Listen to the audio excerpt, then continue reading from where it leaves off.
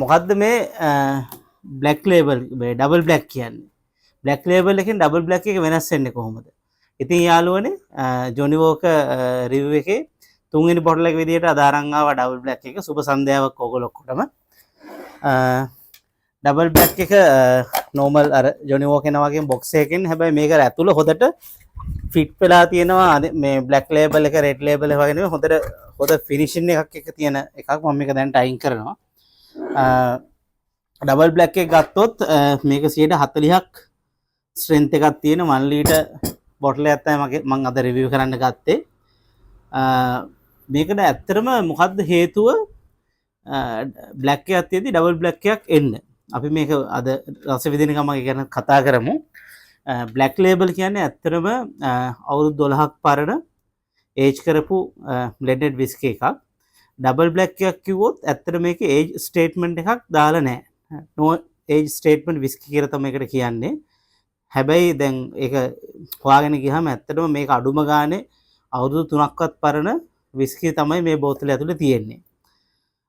මේක ස්පෙෂලි අර smoke flavour එකක් අරගෙන තියෙනවා. ඒ කියන්නේ ඩබල් බ්ලැක් වල නැති ගොඩක් ස්මෝක් ෆ්ලේවර් එකක් අරගෙන තියෙනවා. ඒක චාක් ඕක් බැරල් වල තමයි ඒජ් කරලා තියෙන්නේ. ඒකෙන් තමයි මේ ස්මෝක් ෆ්ලේවර් එක ගන්නෙ. 2011 දී තමයි මේක ලෝකෙට ඉදිරිපත් වෙන්නේ මේ ඩබල් බ්ලැක් කියන විස්කි එක. මිල අතින් ගත්තත් මම අදත් මම දැක්කම සුපර් මාකට්ස් වලට ගිහින් මම මිල බැලුවාම බ්ලැක් ලේබල් එකක් රුපියල් 17000ක් වගේ නකොට මිලිලීටර් 700 බෝතලේ ඩබල් බ්ලැක් එකක් මට මතක විදිහට 34000ක් ඒ වගේ දෙගුණයක් මිල වෙන ලංකාවේ මාකට් එකේ. හැබැයි ඩියුටි ෆ්‍රී වල සහ විදේශයන්හි මීට වැඩිය ගොඩක් මිල මේ දෙක අතර පරතරය ගොඩක් අඩු ඇති. අපි මේ ජොනි වෝකර් ඉතිහාසය කතා කරා වීඩියෝස් දෙකකම තුනකම ඇත්තටම අපි ආයි අද අමුතුවෙන් ඉතිහාසය ගැන කතා කරන්නේ නැහැ ජොනි වෝකර් එකේ. අපි ගොඩක් වෙලා ගන්න නැතුව මේක රස විදලා බලමු.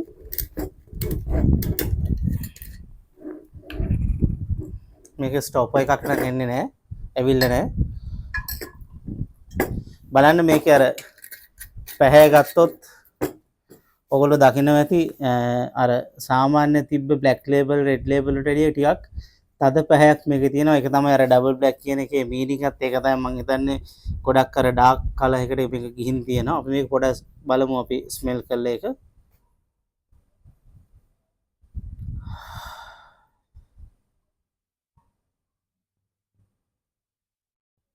ඔව් අර මුල්ම ස්මෙල් එක නම් එන්නේ ගොඩාක් ස්මෝක් අර ගොඩක් දුම් සුවඳක් තමයි එන්නේ. ඒකම ඒ ස්මෝක් ෆ්ලේවර් එකට යටින් පොඩි ෆෘටීම කියලා කියන්නත් බෑ. අර ස්පයිසස් ඒ ෆෘටි ඒ වගේ ස්මෙල් එකක් එනවා. අපි පොඩ්ඩක් රස විඳලා බලමු.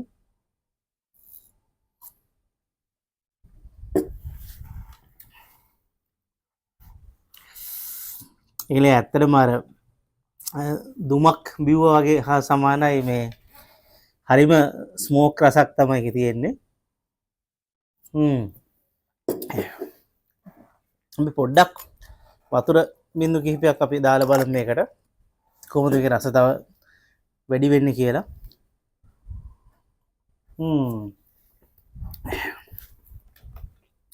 ඇත්තටම අර ඔයගොල්ලෝ සිගාස් එහෙම පාවිච්චි කරලා තියෙන අර සිගාස් එක තියෙන අර මාර ස්මෝක්නස් එකක් මේකේ තියෙනවා.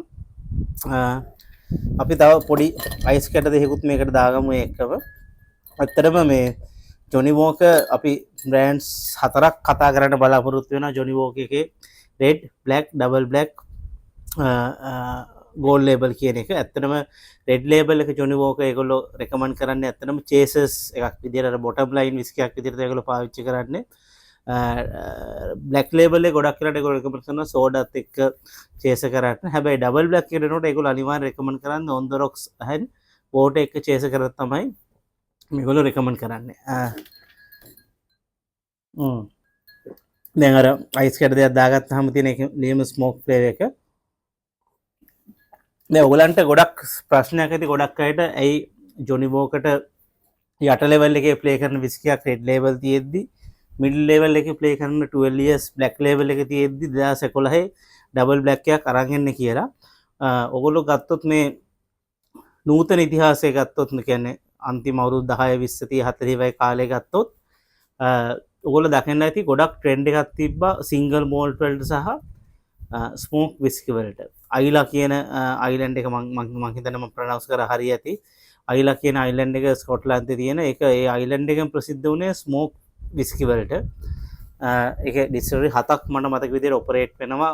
ඒ හතෙන්ම කරන්නේ ස්මෝක් විස්කි තමයි ඒක නිපදවන්නේ. එතකොට ස්මෝක් විස්කි කියන්නේ ඇත්තටම වෙනම ෆ්ලේවර් රේන්ජ් එකක්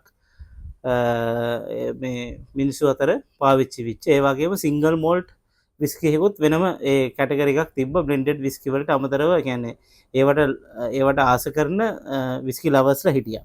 එතකොට මේ ජොනි වෝකර් එක දැක්ක එකක් තමයි ඒගොල්ලන්ගේ හිරසක් තිබ්බා මේ ස්මෝක් ෆ්ලේවර් රේන්ජ් එක ඒගොල්ලන්ගේ රේන්ජ් එකේ. ඒ හින්දා තමයි මම හිතන්නේ ඒගොල්ලෝ 2011 දී බ්ලැක් ලේබල් එක තවත් වැඩි දියුණු කරලා ඩබල් බ්ලැක් කියන එකට ඒගොල්ලෝ යන්නේ ස්මෝක් විස්කියක් විදිහට. ඒ වගේම ඒගොල්ලෝ ඒගොල්ලන්ගේ ග්‍රීන් ලේබල් එක බ්ලෙන්ඩඩ් මෝල්ඩ් විස්කි විතරක් එකතු කරපු. ඒ කියන්නේ මේ විස්කි එක ගත්තොත් මේකේ ග්‍රේන් විස්කිත් තියෙනවා මෝල්ඩ් විස්කිත් තියෙනවා බ්ලෙන්ඩ් එකක් විදිහට. හැබැයි ග්‍රීන් ලේබල් එකට ගියොත් ඒකේ තියෙන්නේ බ්ලෙන්ඩඩ් මෝල්ට් විස්කි විතරයි. එතකොට මේ සිංගල් මෝල්ට් එකකට 100% සමාන නොවුනත් ඒකට ආදේශයක් විදිහට ඒගොල්ලෝ ග්‍රීන් ලේබල් එක පාවිච්චි කරනවා. ඒ වගේම ස්මෝක් විස්කි එකට ආදේශයක් විදිහට මේගොල්ලෝ ඩබල් බ්ලැක් එක පාවිච්චි කරනවා. එතකොට ඔයගොල්ලන්ට මේ ස්මෝක් විස්කි ලවර්ස්ලා කියන එක සමහරට ශ්‍රී ලංකන් සමාජයේ අලුත් දෙයක් වෙන්න පුළුවන් සහ ඒක වැඩි ප්‍රසිද්ධ නැති වෙන්න පුළුවන්. මම ඒකට සරල උදාහරණයක් ගන්න ලංකාවේ බියර් මාකට් එකේ. දැන් ලංකාවේ බියර් මාකට් එක ගත්තොත් මම දන්න තරමින් 90ක් විතර දෙනා පාවිච්චි කරන්නේ ස්ට්‍රෝං බියර් එකක්. තවත් 8ක් විතර දෙනෙක් පාවිච්චි කරනවා ලාගර් බියර් එකක්. ඒ කියන්නේ 5ට වැඩිය අඩු බියර් එකක් ලාගර් බියර් එකක් කියන්නේ. ස්ට්‍රෝං බියර් එකක් කියන්නේ 8.8ට වැඩිය බැඩි බියර් එකක්.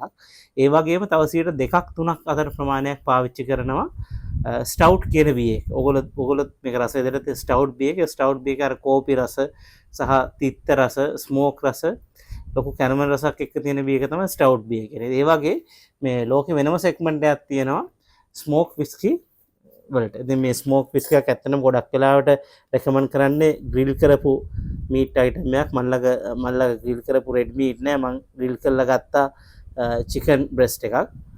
ඉතින් ඒ වගේ එකක් තමයි ස්මෝක් විස්කි එකක් රස විඳින්න පුළුවන්. පෞද්ගලිකව මමත් අතන ස්මෝක් විස්කි එකක් රස විඳින්න ආසයි.